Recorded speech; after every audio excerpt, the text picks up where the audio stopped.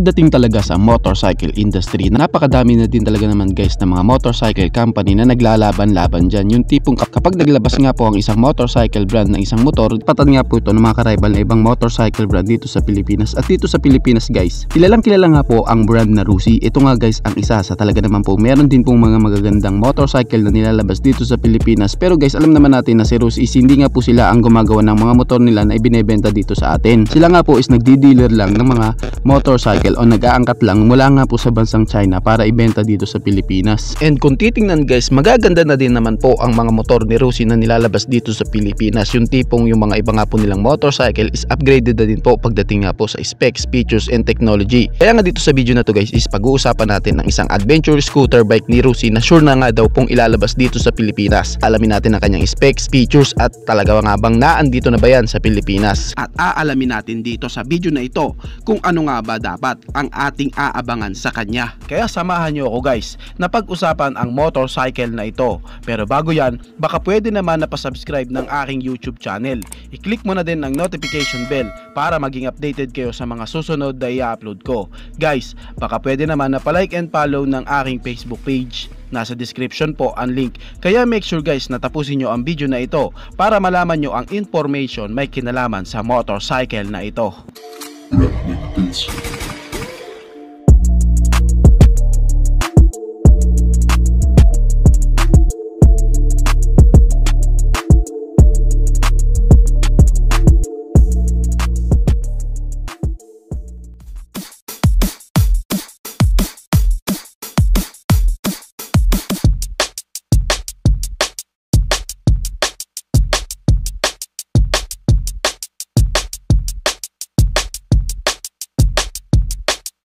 Ang tinutukoy ko nga guys is walang iba kundi si Rusi Adventure X 150cc. Yes po, isa na naman pong adventure scooter bike na bago nga daw pong ilalabas dito sa Pilipinas at ang magdi-dealer nga po nito ay walang iba kundi si Rusi. Alam naman natin guys na naglabas na nga po si Rusi ng isa nga rin pong kaabang-abang na adventure scooter bike dito na nasa 175 cubic centimeter engine displacement nga po. Yun nga po yung Rusi Adventure scooter bike na 175 cubic centimeter engine displacement at talaga naman pong napakadami sa atin dito sa mga kababayan na nag-abang nga po sa motorcycle na yon. So sad to say nga guys, hindi nga po na-approve ni Rusi ang motorcycle na yon na ilabas nga po dito sa Pilipinas. Kaya marami din sa mga kababayan natin guys na nag-aabang sa motorcycle na yon na nalungkot. And ngayon nga po na meron na naman pong bagong inilabas si Rusi na isa nga pong demo yun na adventure scooter bike na nandito na nga po sa Pilipinas, meron na naman po tayong bagong aabangan. Well, alam ko na magiging hati nga po ang opinion na iba nating mga viewers na iisipin nila na nako, bagong paasa na naman ni Rusi yan sa atin. Well, yan guys is hindi nga po ganun. Tulad sa una nilang inilabas na Rusi Adventure scooter bike na sinabing i-market dito sa Pilipinas pero hindi nga po na-approve. Pero ito nga po sa ngayon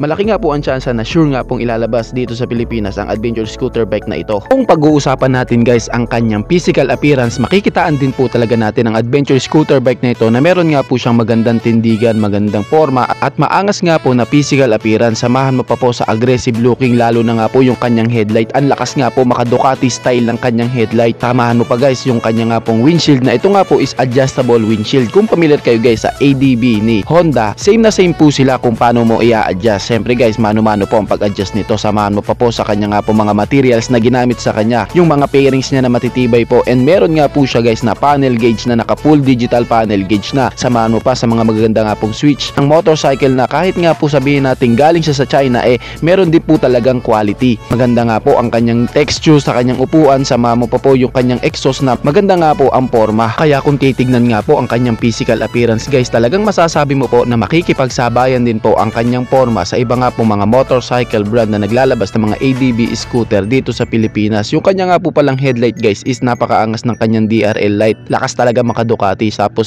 yung kanya nga pong headlight is naka-projector na, and lahat nga po ng kanyang ilaw is naka-LED na po, mapa-signal light and tail light. Bukod nga po sa forma at quality ng motorcycle na ito, talaga naman pong napakasulit din po pagdating sa kanyang specs. Alam nyo ba guys na meron nga po itong engine displacement na 150 cubic centimeter engine displacement, naka 4-stroke, naka single cylinder, naka single overhead cam with 4 valves. Yes guys, siya nga po is naka 4 valves na, kaya makakaasa ka nga po na pagdating sa kanyang power output is talaga naman pong meron din pong maibibigay na sulit na power and malakas na torque. And syempre makakaasa ka rin po na meron nga po itong matipid na gas consumption dahil sa ang kanyang fuel system is naka fuel injected na nga po. At pwede din po ang motorcycle na to guys sa mga long ride, dahil alam nyo ba guys na ang kanya nga pong cooling system is naka liquid cooled engine na po, kaya sulit na sulit nga po talaga ang ADB scooter na ito. Kaya nga po pag naging available yan dito sa Pilipinas, tsak nga po na marami sa ating mga kababayan ang tatangkilik sa motorcycle na ito. Tungkol nga po pala guys sa kanyang power output, wala pa nga po pala akong mababanggit sa inyo dahil sa wala pa pong nilalabas na details about dito. Sa ngayon nga guys is ito muna mga information na ito ang ating mababahagi, at kapag may update nga po patungkol sa motorcycle na ito, agad ko din po kayong sasabihan. Pagdating nga po sa kanyang braking system, siya po is naka disc brake sa harap, naka disc brake na rin po ang braking system niya sa likuran. Pagdating po sa kanyang suspension, ito nga po guys is ginagamitan ng telescopic port na suspension sa unahan, dual shock absorber naman ang kanyang suspension sa likuran, and meron nga po siya guys na magandang gulong dahil sa off-road gaming din po ang motorcycle na to. Dual sport po adventure scooter bike na ito. Very unique nga po at maganda ang kanya nga pong handlebar na naka naked handlebar nga po ito, na meron nga pong wide na handlebar na makakaasa ka nga pong okay na okay pagdating sa traffic situation dahil sa malawak nga po ang steering ranges mo, ilan din para mas maging maaluan ka lalo na kapag nasa traffic situation ka. Ang motor na to guys is naandito na nga po sa Pilipinas. Ito nga guys is meron na nga po tayo dito na dinala na demo unit. Ngayon nga po ang Rusi Adventure X 150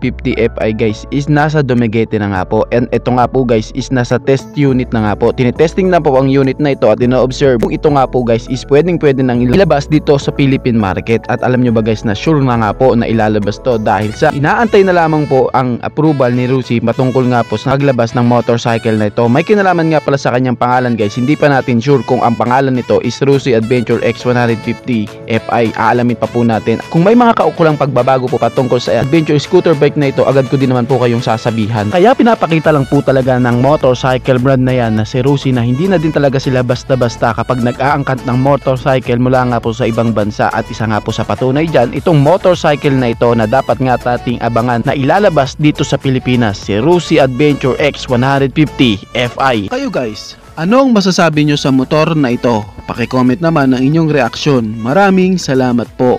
Bago matapos ang video na to guys, baka pwede naman napahingi ng isang like mula sa inyo bilang pagsuporta sa ating munting video.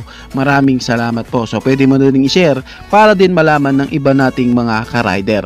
Sa tingin ko guys is dito ko na lamang po tatapusin ang ating vlog. I hope na nag-enjoy kayo sa aking hinandang video para sa inyo. Pinasisigla ko din kayo guys na i-subscribe ang aking YouTube channel. I-click mo na din ang notification bell para maging updated kayo sa mga susunod na i-upload ko. So dito ko na lamang po tatapusin. Maraming salamat po. Ichi boy. Thank you.